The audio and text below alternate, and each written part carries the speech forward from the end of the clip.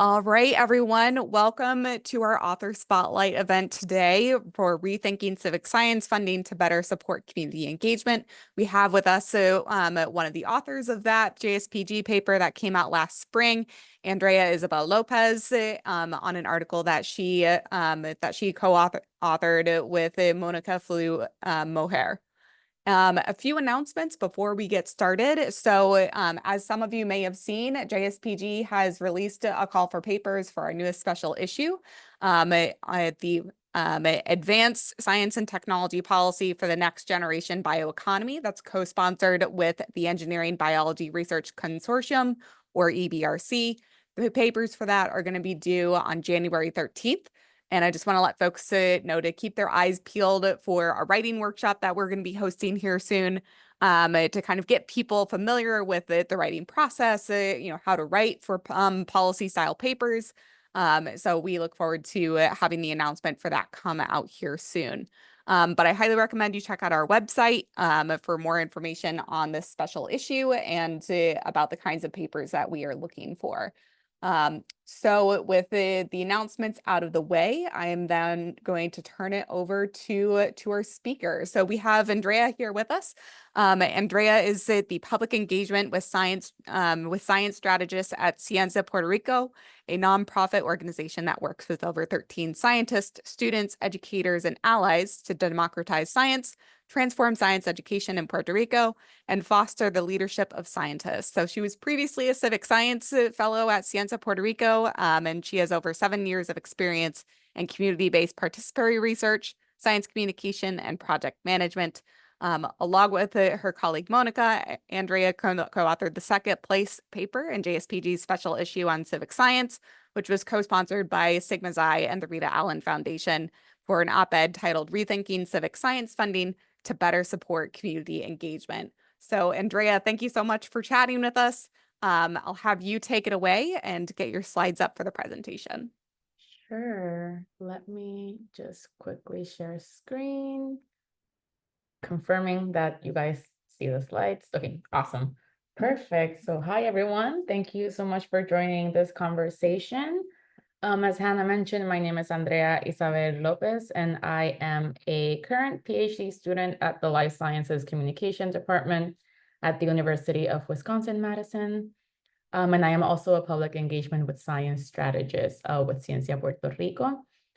So before my current role, I served as a civic science fellow with the organization, where I mostly focused on creating training materials for scientists to practice culturally responsive science communication.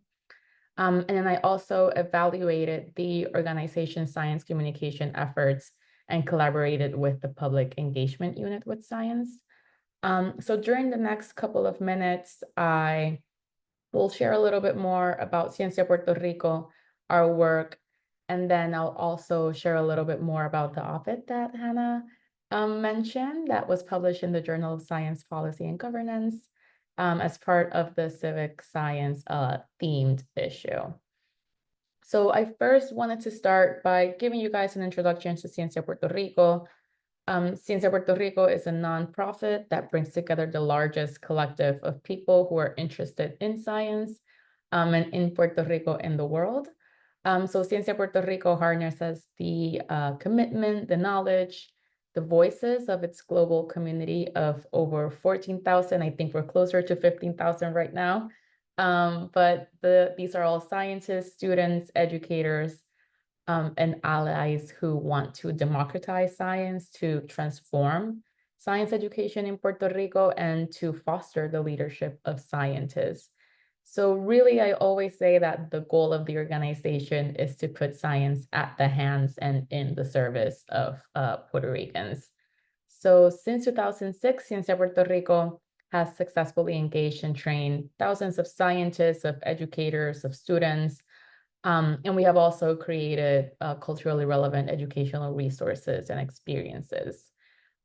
More specifically, I would like to talk about Ciencia Puerto Rico's public engagement unit and two of our core projects, as a lot of the inspiration for the op-ed came from my work with these two projects. So these two projects are the Ciencia Collab and Aquí nos cuidamos, which translates to Here we take care of each other. So Aquí nos cuidamos is a multimedia, Spanish language, culturally relevant, ready-to-use educational toolkit that was created to promote COVID-19 and other disease prevention and well-being in vulnerable and marginalized communities in Puerto Rico. So this program has a community ambassador program, which has supported 10 Puerto Rican leaders, community leaders, in their prevention efforts. And we have done this through funding, providing communication and graphic design help. And then we have also hosted a series of workshops to support their efforts.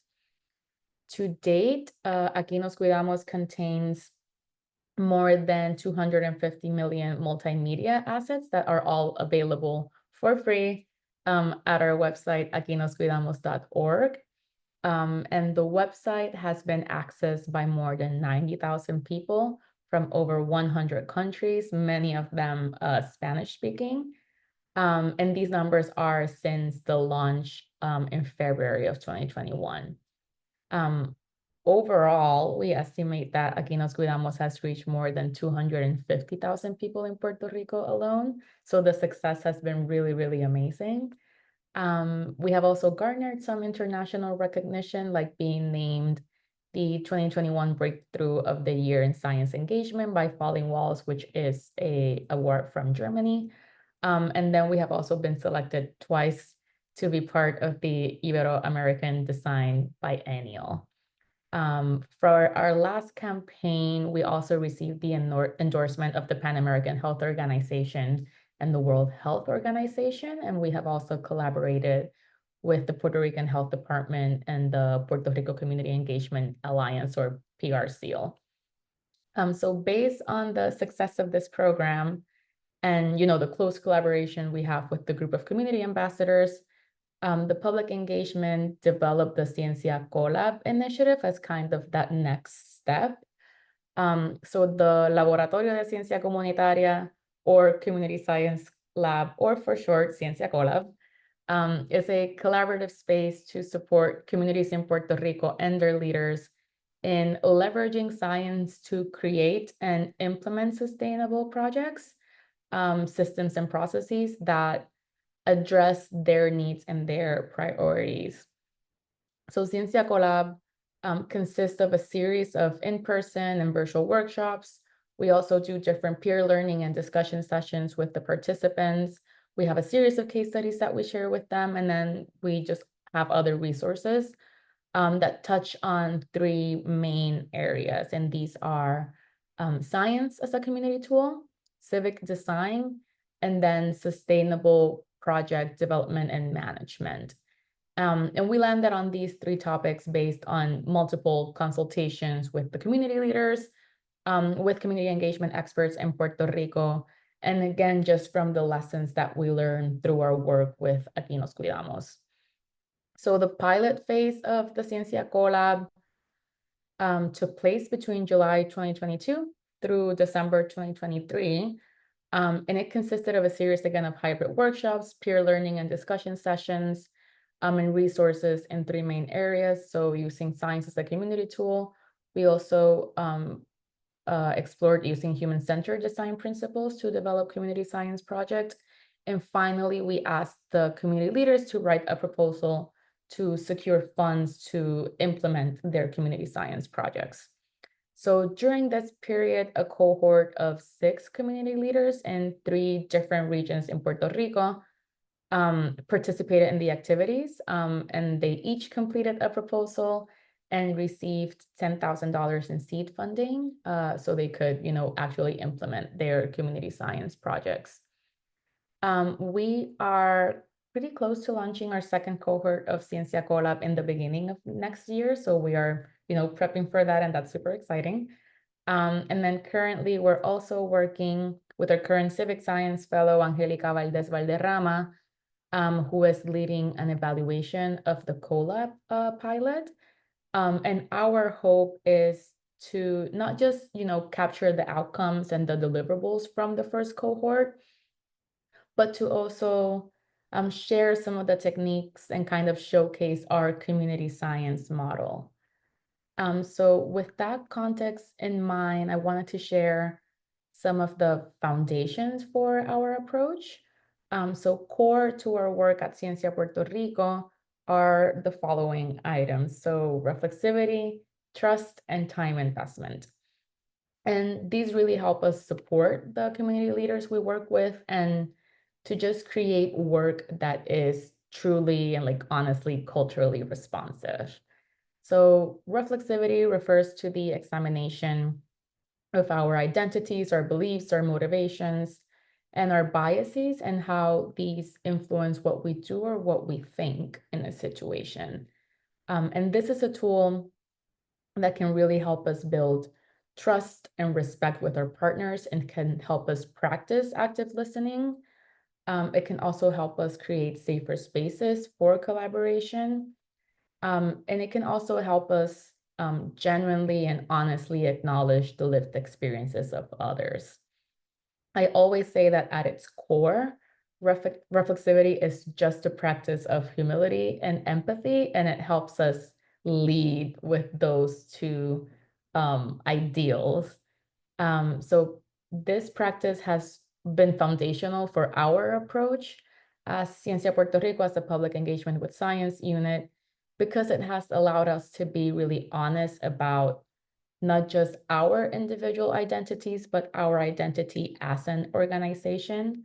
And that has been key and vital to establish trust with our partners, especially given the potential, harms that these partners might have previously experienced from different scientists or partners or academics they might have collaborated with. And this approach also helps us be very transparent and honest and to just establish those strong, solid lines of communication with our partners. Because of these practices, we really prioritize investing resources and time in our community partners, and we believe that trust is like at the core, at the heart of our initiatives. And as Mónica Feliú-Mójer, who, as Hannah mentioned, was the co-author of this op-ed, but she's also the director of the Public Engagement with Science unit.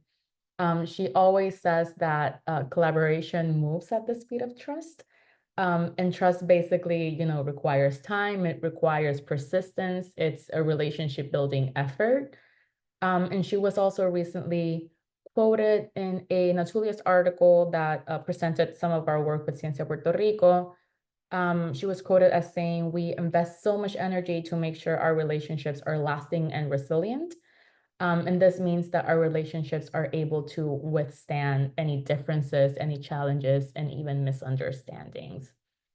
One of these challenges that occurred during the Ciencia Collab implementation and that really impacted how we rolled out the project was Hurricane Fiona. And because of our relationship with the community leaders, we were able to pivot pretty quickly and, modify the project. So we would still fulfill the project goals while still responding to the leaders' needs and priorities, which at that time were just recovering from the hurricane. They would take precedent over anything we were doing with the project. So basically, when we are engaging with communities, as civic science researchers and practitioners, we must acknowledge the community's histories, their experiences, and against the harms that might be inflicted by science and those that represent it. And we also need to be aware of how things like racism, sexism, colonialism, delayed responses to natural disasters, how all of those work to erode trust in institutions and in science and even in research. So as civic science researchers and practitioners, we build partnerships with different communities. We need to recognize that we sometimes work within a context of mistrust, of harm, and even abuse. So these foundations are just some of the techniques and considerations that we have as we work with the different Puerto Rican communities we engage with. So through our work with the Public Engagement Unit, we have identified a couple of pretty consistent barriers that we know are not unique to our work with Ciencia Puerto Rico. These concerns and these barriers are, shared by practitioners who just engage in this line of work. So to support our work, we rely on funding opportunities from different foundations and organizations, and these funding opportunities vary in a lot of different factors like the scope of the funding opportunity, the amount of funding, and even the timeline.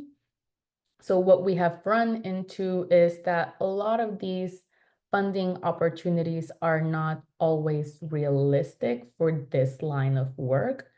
So a funding opportunity might ask, for example, for a project to be done in a year, when we would need at least 2 years to, adequately implement the project, to really engage community members, to have space for dialogue and collaboration, and to just build those strong relationships.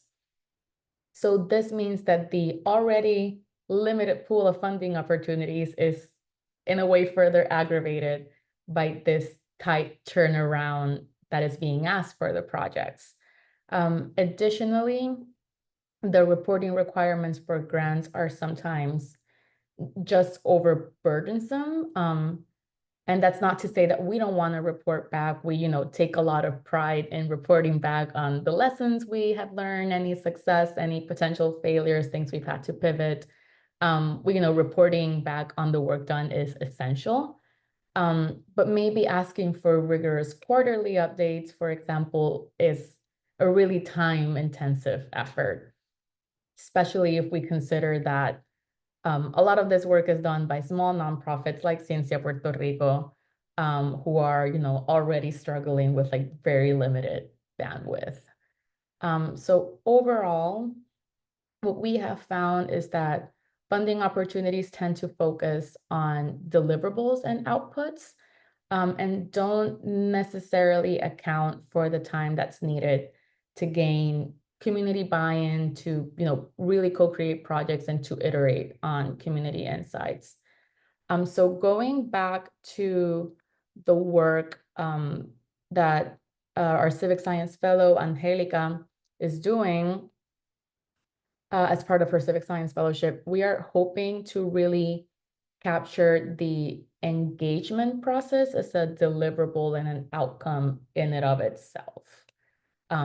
So based on these concerns, and the barriers we face and the context of the work we do and our working style, we decided to work on this op-ed to just share our experiences and make a general ask to civic science funders to shift their practices to provide more flexible and long-term funding, as this will really help better align their policies to the realities of civic science work on the ground.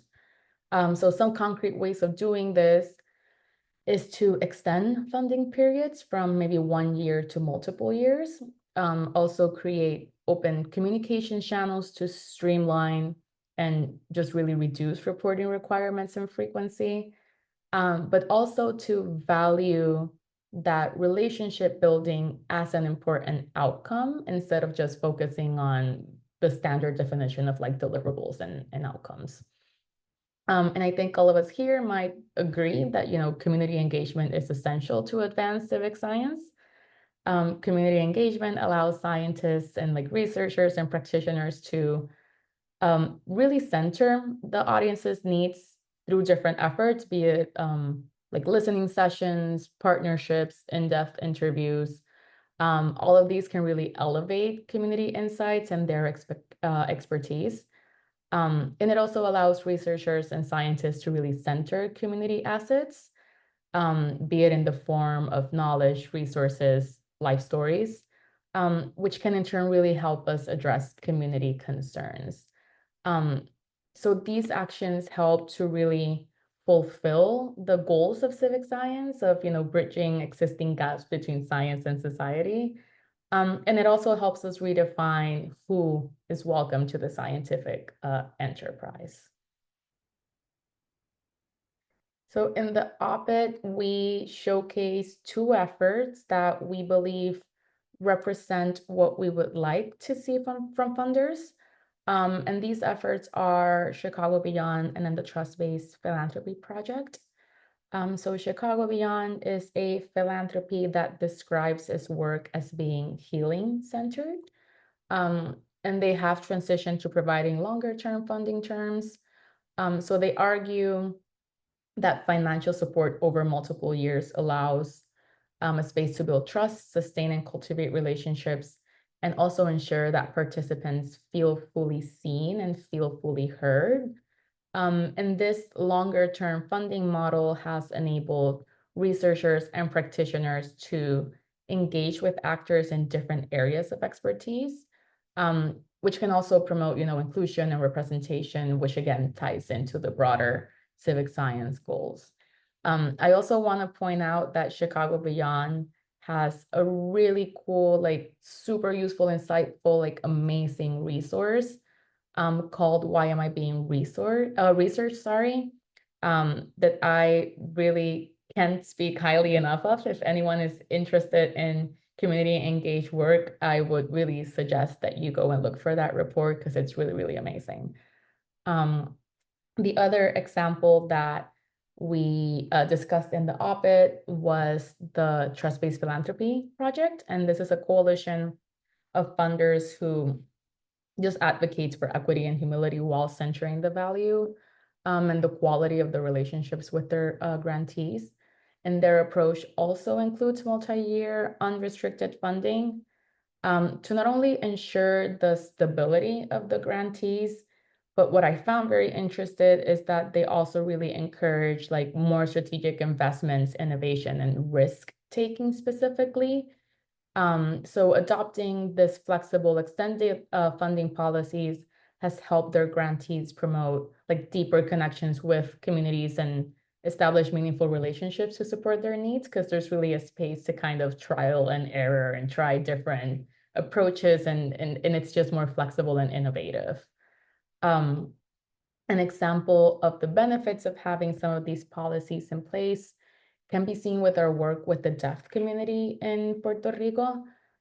So having that additional time and that flexibility to complete the project, Aquí Nos Cuidamos, and the health campaigns associated with that, really allowed us to better align our strategies to the needs and the priorities of our partners. So for example, we were able to adjust our budget and just our workflow to include sign language interpreters in all of our content and also in all of our workshops, which was really essential to properly serve the deaf community and our deaf partners in Puerto Rico. And this additional time also helped us develop a fourth mental health campaign, which was titled Salud Mental es Plenitud, which translates to mental health is plenitude. And this health campaign was created in direct response to the community's inputs and their concerns. So because we had this additional time and this funding flexibility, we were able to collaborate with associations of mental health professionals to ensure that the content was, accurate, sensible, and culturally responsive. And what's really cool about this is that to date, this campaign is by far the most popular one on Aquí Nos Cuidamos website, which I think speaks really well to just the benefits of listening to community insights and what they need, what they want to see, and then just going with that. And then also this campaign became the first campaign where we created videos and content that was exclusively in sign language for the deaf community. So yeah. So going back to the op-ed and to some of the policy recommendations that were highlighted there, funders play an essential role in supporting and facilitating this kind of work, community engaged work, and then just generally helping advance civic science. But we also recognize that grant makers might face some barriers to making these shifts, like funding limitations, existing bureaucracies, maybe even lack of direct contact with the communities. However, we really believe these changes in funding policies are essential to advance civic science. So with the context of our work in Ciencia Puerto Rico in mind, and with some of the examples that I have shared, we would like to share the following policy recommendations. The first one is to collaborate with existing grantees to hear more about their experiences and what policy changes would better support community engaged work. We also suggest hiring staff that is experienced in community work or consulting with community engagement efforts through the grant making and the evaluation process. And then finally, we believe that allocating part of the funding portfolios to test longer term funding models would be a good place to also start making these changes. So to kind of close, shifting towards more like flexible extended funding will, as I have discussed, just allow for honest, respectful collaborations that are rooted in trust, which will hopefully in turn enable civic science researchers and practitioners to really prioritize community insights into how we do our work. And it would also help us, allow for the time to cultivate longstanding relationships that really incorporate the lived experiences of our audiences and our partners, which, can in turn generate community buy-in. So that's basically it for me. Thank you so much for listening. I included here my email just in case if you have like any questions, comments, or just would like to collaborate, please feel free to shoot me an email. I know we have some time for questions and comments, so I can stop sharing.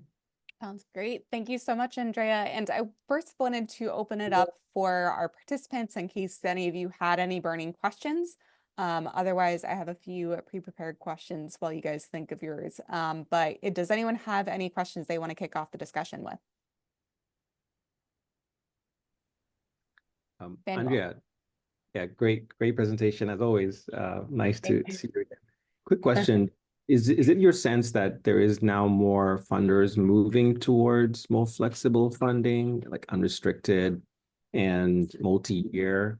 Do you see that trend going that direction, or are you seeing kind of stagnant? That's a great question. I think what we have seen is that there is an openness to do more things around like the no cost extension line, like having that flexibility. I can't speak specifically to the openness of like unrestricted or multi-year funding. I know there are definitely opportunities out there, but what is still the norm, at least from what I see and from our experience, is to have more like the I don't know why the word that comes to mind is cookie cutter, but like more like restricted, very like 18 months, 12 months, like have it be more structured. So yeah, I think things might be changing, but I can't speak to the speed of the change. Like it still feels like very slow. Yeah, I think the work that Ciencia Puerto Rico is doing is helping that, right? Showing funders, right, that this model could work, right? And so I'm just curious whether, like, what would it take? What more is needed, right, to showcase funders? Is it maybe more publications, right? Yeah, I was literally going to say, I think what me and Monica have been trying to do and to prioritize, because we are aware of what's working like in our context. And when we talk with other practitioners or researchers, we have like such similar experiences and we always land on like a lot of these kind of goals and policy recommendations and similar shared concerns. And like, even if we don't have the same working style, like they're like very similar. For example, they might not term their approach for reflexivity. They might use like a culturally responsive, you know what I mean? Like things that are like similar in energy. But going back to the point of a lot of this work is being done by small nonprofits who are like already struggling with bandwidth, struggling with funding. Sometimes the decision is, do I respond to this community's needs or follow through with this project, or do I carve out the time to write this op-ed or to write this research paper or whatever. So it's a balancing act, which is just on a personal note, kind of speaks to why I decided to pursue a PhD in science communication, to kind of like give myself the time and the space to address what I feel is like a very urgent need and kind of address that gap. But I do think spaces like this, opportunities like the op-ed, being able to publish on what we're seeing, definitely helps create that, I guess, like just like knowledge and awareness of what we're really seeing, because it's very different when we're talking about it in informal spaces versus when it's like published in a peer-reviewed journal or covered in a podcast or presented in like an interview. So I think moving in that route and kind of reinforcing those efforts would kind of help elevate the need and the voices of the people who are doing this work. So at least on our experience, we're very much trying to do the balancing act of like still doing the work, but still getting things out there. So yeah, seeing more organizations kind of do that would be amazing. Thanks. That's great. And that's great. And Andrea, a question kind of following up on that, you mentioned about the graduate work that you're doing in science communication. For people on the call or who might be watching the recording of this, I was wondering if you could talk a little bit about any advice that you would have for scientists who are interested in pursuing studies or a career in the science communication space. Ooh, so this like speaks to one of the projects that I'm working here in Madison, because we're doing an evaluation of like public engagement efforts of like scientists. And I think one thing that at least helps me and that I found has been like the consistent in the different interviews that we're conducting is to start small. I think as scientists, a lot of times we, especially like if you're in the academic world, you're told like everything you do needs to innovate and it needs to be like the first of its kind. And a lot of times the most effective science communication effort you can do is support something that's already going on. Like you don't need to create something from scratch. You don't need to like change the world with every little thing you do. A lot of the value and I think what's beautiful is like these smaller efforts. So things like if there's like an after school program that's looking for volunteers, you can do that. You don't need to do it like every single day, but if you have like a Friday afternoon that you're free, go and do it. You don't need to like create the after school program. You can just like tag along and support it. A lot of in the work that I've been doing with Madison, a lot of the things that people are doing are like if there's like a publication that's going out or a newsletter or something, you can write something for that newsletter. You can support something that's already going on. And that might be like a less daunting way to get into it versus thinking that you need to like create something entirely from scratch. Another thing that helps me is that if you go to like my inbox or my LinkedIn, I follow a bunch of people. Like I have a bunch of newsletters. I literally follow everyone. So I try to stay as plugged in as possible, not necessarily because I have the time or the bandwidth to collaborate with everyone, but I like to know if there's like any opportunity or workshop or anything where I can like tag along. I just like to be aware of it. And that gives me like some kind of just like knowing what's out there and what I can support. I hope that answered your question. Yeah, I think that's really great. Do other folks have questions that they want to ask Andrea? Yes, Laura. Sorry, Manuel. Hi, Andrea. Thanks so much for sharing. I'm curious to hear just a little bit more of your thoughts on how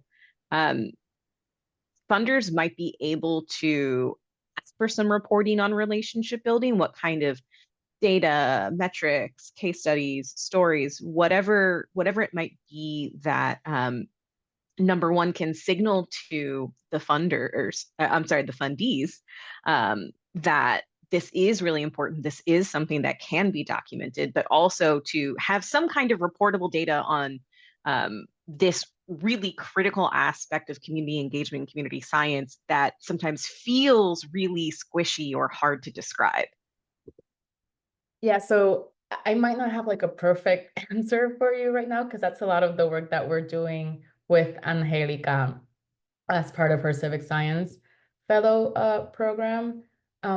What we are trying to do, or what we feel is more impactful a lot of time, is sharing some of the stories, for example, that I shared through the presentation. So things around like Hurricane Fiona, or things around the deaf community, because there's like an anecdotal thing there that really communicates why we invest so much time and resources into cultivating these relationships. Like, we don't do it because their community science project was implemented. We don't do it because we want to, like, have an extra community leader as part of our cohort.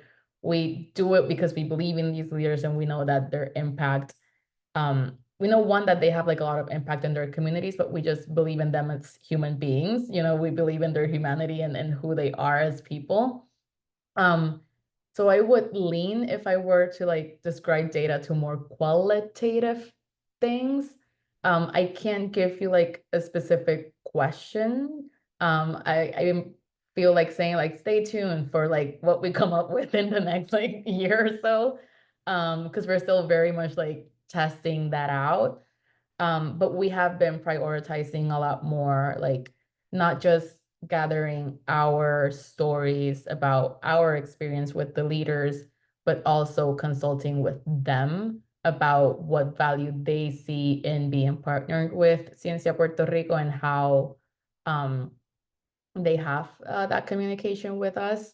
Something really cool that happened the other day, one of the community leaders, who's amazing, like she is a character, sent Monica a message, because some other researcher like contacted her to collaborate, and it was basically her telling Monica like, it still feels very new, it's very different than working with you guys, like I need to, like, I don't know if he will invest the time. It was like it came from her, so it was like super validating that Monica got this like super like unprompted message, basically like supporting what we have been like saying, and why we are investing like so much energy and resources into the community leaders.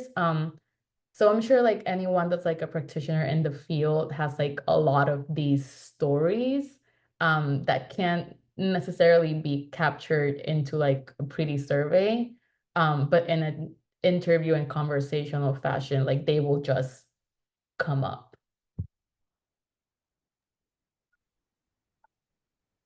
So actually, on that note, Andrea, thinking about the Ciencia collab, very fascinating. Are you capturing these stories, if you will, of these? Because this is your second cohort, right? Did I hear that right? So we are preparing to launch the second cohort in the beginning of next year.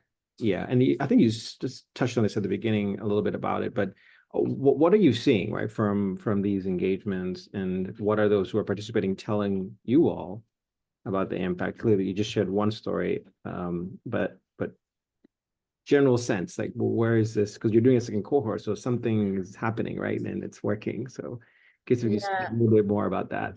Yeah, definitely. I think it's been very cool. Well, one thing that I feel like I need to mention is that we published a book that captures like all of the insights and experiences of our community leaders, like in both Aquí Nos Cuidamos and Ciencia Collab. And I think that might be like the best proof of concept that I can share with you right now, about how it wasn't like we just collaborated with these leaders once. It's that they were willing to come back for interviews, they were willing to share their experience, they were willing to like put in the time, because they see a value in this partnership. A really cool thing that we're seeing, especially as we have like informal conversation, and as Angelica does like the more, I guess, robust evaluation of the program, is how the leaders talk about science now overall. Like it doesn't feel like a weird foreign concept to them. And even like one of the leaders was like very like during the session, she would keep saying like, I don't understand what you're talking about science. Like, I don't see how that had to do anything with me. Like, I trust you, but I have no idea how I am doing science. And seeing them come, like change their opinions slowly, has been really, really interesting. And I think a lot of that has to do with us not doing workshops, but like investing the money in like their seed projects, because that serves as like a very concrete, like, oh, I'm going to do this and I'm using these resources that were facilitated by Ciencia Puerto Rico, and I'm implementing this community garden, or I'm doing X or Y public health thing. It like really makes it concrete. So that I guess like change in how science is like perceived and constructed, is one of those measures that we're like very, very interested in seeing. And we're seeing that like slow changing of the mind, if you will. So that might be one of those like concepts.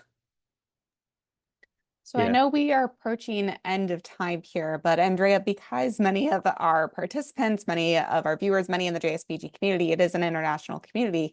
I was wondering if you could talk a little bit about how scientists who may be outside of Puerto Rico or may not have direct connections to Puerto Rico, but may see the great work that Ciencia Puerto Rico is doing and say, like, how can I contribute? Is there avenues for that?